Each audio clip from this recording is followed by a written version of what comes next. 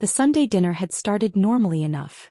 My two children, Maya and James, sat beside me at the long mahogany table in my parents' house, the same table where 3 generations had gathered for decades.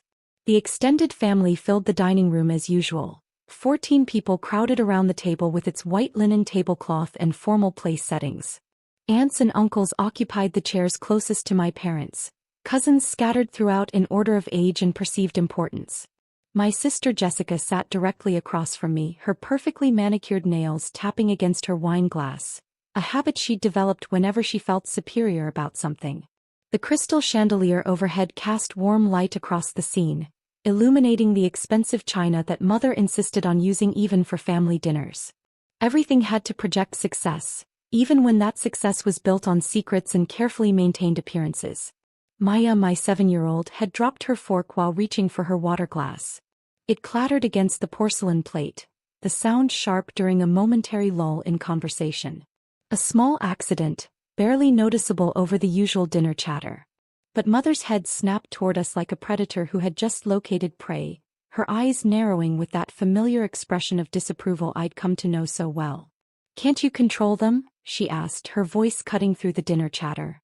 I picked up the fork and handed it back to Maya. "It was an accident." "Everything with your children is an accident," Jessica added, rolling her eyes. "Last week they were running in the hallway. The week before, laughing too loudly during Mother's book club." Uncle Thomas chuckled from the end of the table. "Kids will be kids, but there are limits." My father remained silent, focused intently on cutting his roast beef. I noticed his jaw tightening, but he said nothing. "I've been patient," Mother continued, setting down her silverware with deliberate precision. "But my generosity has limits. You've been living here for 3 years now. Rent-free." The word hung in the air. Several relatives exchanged glances. "I think it's time we discussed your contribution to this household," she said. $2,000 a month seems reasonable. Or perhaps you'd prefer to find your own place." Aunt Patricia nodded approvingly. "Very fair, Margaret. Very fair indeed." Jessica smiled. "Maybe it'll teach responsibility. Some of us didn't need to move back home in our 30s. I took a slow breath, watching my children. James, only 5, had stopped eating entirely. He looked up at me with worried eyes. Maya's small hand found mine under the table. "The children are too noisy anyway," Mother added. "They destroy my peace. Pay up or get out." Around the table, heads nodded. Uncle Thomas, Aunt Patricia, Jessica, even Cousin David, who rarely spoke. A united front of family agreement that I had overstayed my welcome, that I was a burden, that my children were a nuisance. My father's knuckles were white around his knife and fork. Still he said nothing. I reached for my phone and opened my banking app. The relatives continued murmuring, already discussing how much rent I should pay, whether 2,000 was enough, whether I could even afford it. "Interesting time to reveal who pays your mortgage," I said quietly. The conversation stopped. Mother's confident smile flickered, then faded entirely. "What did you say?" she asked. My father's voice was barely a whisper. "Don't." But I was done being quiet. Done being treated like a charity case in front of my children. Done watching them learn that family meant humiliation and conditional love. I turned my phone screen toward Mother. I said, "Interesting time to discuss rent, considering I've been paying your mortgage for the last 4 years." The silence was absolute. Jessica leaned forward. "That's ridiculous." "Why would you?" "Because Dad asked me to," I interrupted, looking at my father. His face had gone pale and he had set down his silverware with shaking hands. 4 years ago in October, when the business failed. When the commercial clients all pulled out within the same month. When you remortgaged the house to cover outstanding debts and payroll, trying to keep everyone employed until the end. When you were 3 months from foreclosure and the bank was sending final notices.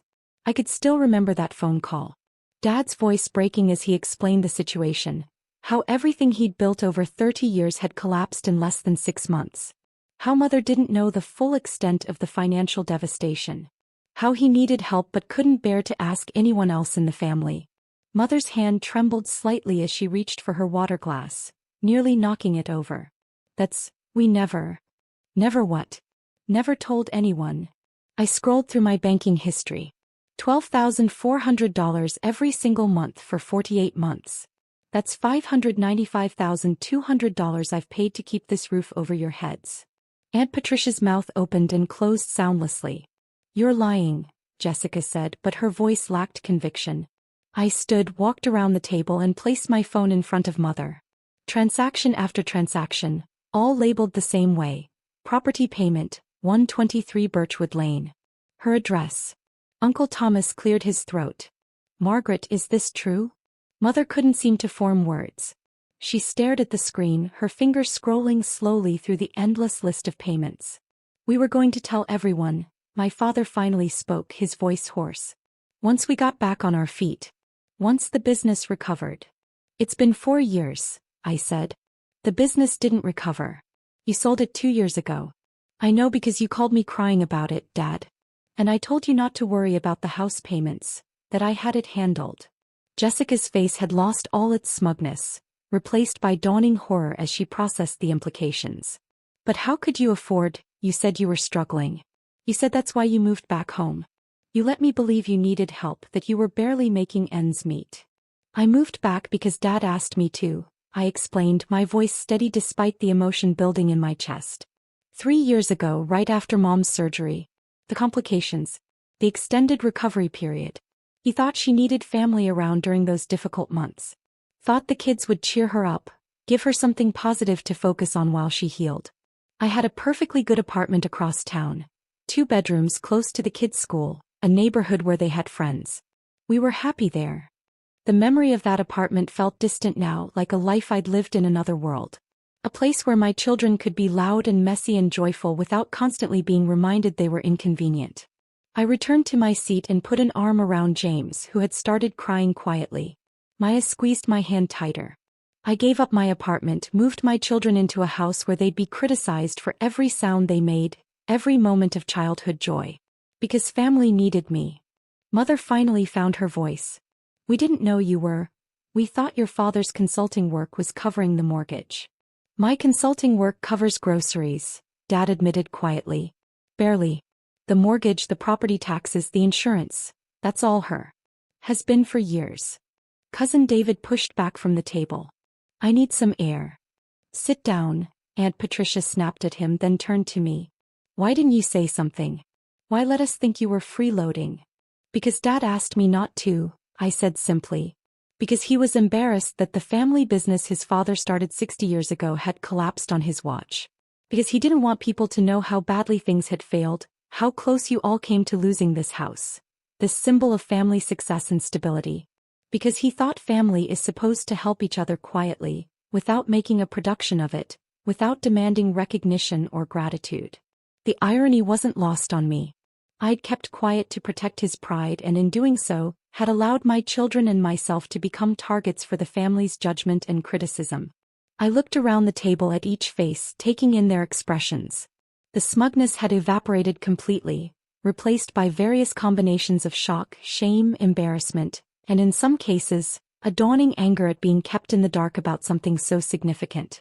Uncle Thomas looked betrayed. Aunt Patricia seemed unable to process the information. Cousin David had his head in his hands. But I'm done being quiet when my children are insulted in the house I pay for, I continued.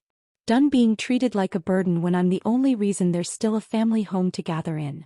Jessica's wine glass sat forgotten. All those times I commented about you not contributing. Mother, did you know? I thought. Mother's voice was shaky now. I thought we were managing. Your father said he had it under control. He did have it under control, I said, meeting my father's eyes across the table. Because he asked me for help and I gave it. No questions asked, no conditions attached, no demands for gratitude or recognition. Just help, quiet and consistent, because that's what I believed family does. That's what I was raised to believe family means. My father's eyes were wet now, tears he was too proud to let fall in front of everyone. Uncle Thomas stood abruptly, his chair scraping against the hardwood floor. This is quite a revelation, Margaret. Edward, I think perhaps we should give you some privacy to sort this out. No, Mother said sharply, her voice cracking slightly. Everyone stays. They all heard me humiliate my daughter at this table. They all nodded along when I demanded she pay rent or leave. They can all sit here and hear the truth about who's really been supporting this family. She turned to me, and for the first time in 3 years, I saw actual emotion in her eyes. Not the cold disappointment I'd grown accustomed to, but something rawer. Him perhaps. Or regret. I didn't know, she said. I swear I didn't know. Would it have mattered? I asked. If you'd known I was paying the mortgage, would you have treated my children differently? Treated me differently? She couldn't answer. My father cleared his throat. I should have told her. Told everyone. But I was ashamed. The business my father built. The one I ran into the ground. The house almost lost. Having to ask my daughter to save us. I couldn't face it. So instead you let me face it, I said. Let me and my kids be the family charity case while I quietly kept everyone housed. Aunt Patricia set down her napkin. Margaret, I think I owe your daughter an apology. We all do. An apology doesn't change the bank account, Jessica muttered, then caught herself. I'm sorry. I'm sorry. My phone buzzed. A text message from my bank. The monthly automatic payment had processed. $12,400 withdrawn right on schedule. I showed the notification to Mother. That's this month's mortgage. Due on the 15th, paid on the 10th, just like always. Just like the last 48 months. She closed her eyes. I'm so sorry. Are you? I asked. Sorry I paid the mortgage, or sorry everyone found out? Both, she admitted. And sorry that I made you feel unwelcome in a house you're keeping from foreclosure. Sorry I criticized your beautiful children who did nothing wrong except be children. Sorry I've been so blind. James tugged at my sleeve. Can we go now, Mom? I looked at my son's tear-stained face, at Maya's confused expression, at the table full of relatives who suddenly saw me very differently. Yes, sweetheart, I said. We can go. I stood and helped my children from their chairs. Around the table no one moved to stop us. Wait, my father said. Please. Let's talk about this. We can talk, I agreed. Tomorrow. When the kids aren't here to watch their family implode. Mother reached out as I passed her chair. Her hand caught mine. I was cruel. Unforgivably cruel. Please don't take the children away. You demanded I pay rent or leave, I reminded her gently. So I'm leaving. I'll keep paying the mortgage because I promised Dad I would, and I keep my promises. But my children and I will find somewhere they can laugh without criticism. Somewhere they can drop a fork without judgment. Jessica stood. I'll help you pack. It's the least I can do. No need, I said. I've been looking at apartments for 2 months now. Since the last time Maya was scolded for singing. I have a place lined up. We can move in next weekend. Uncle Thomas spoke up. If you need help moving, I have a truck. Thank you, I said. I'll let you know. I guided my children toward the door. Behind us, the dinner table sat in shambles. Food growing cold, wine untouched. A family confronting truths they'd successfully ignored for years. At the doorway I paused and turned back. For what it's worth, I never wanted recognition. Never wanted gratitude. I just wanted my children to feel welcome in their grandparents' home. That's all I ever wanted. Mother was crying now, quietly, her perfect composure finally cracked. We left them there, my children and I, walking out to my car in the cooling evening air. Maya climbed into her booster seat, James into his. I buckled them both in and kissed their foreheads. Are we in trouble? James asked. No, baby, I assured him. We're not in trouble. We're going to be just fine. And for the first time in 3 years I believed it. My phone rang before I could start the car. My father's number. I let it go to voicemail. Then Mother's number, also voicemail. Then Jessica's. I silenced the phone and drove home through the quiet streets, my children already beginning to relax in the back seat, their earlier tension fading. The mortgage payment would clear tomorrow. The family home would remain secure for another month.